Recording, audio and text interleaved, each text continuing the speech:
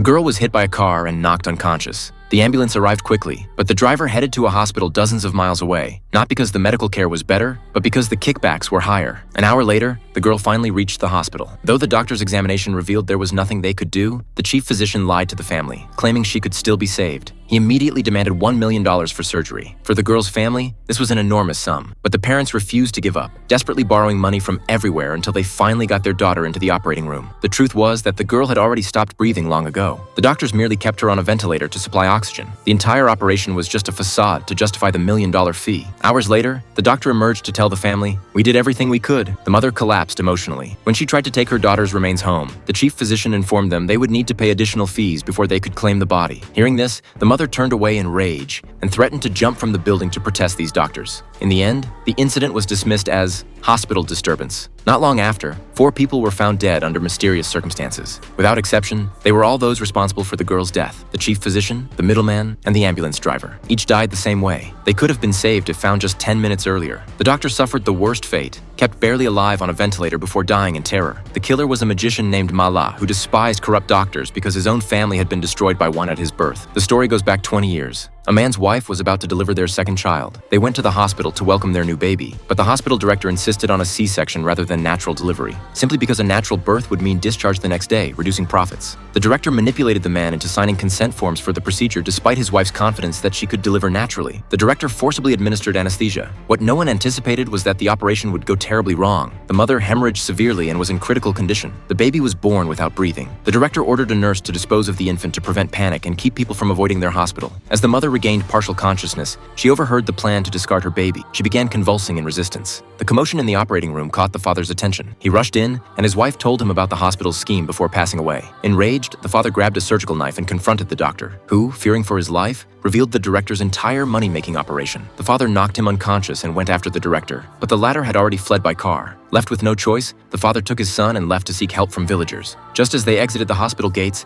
a flying bottle struck his son, knocking him unconscious and causing memory loss. Before the father could react, countless bottles rained down on him. Clearly, these were the director's men, sent to silence them forever.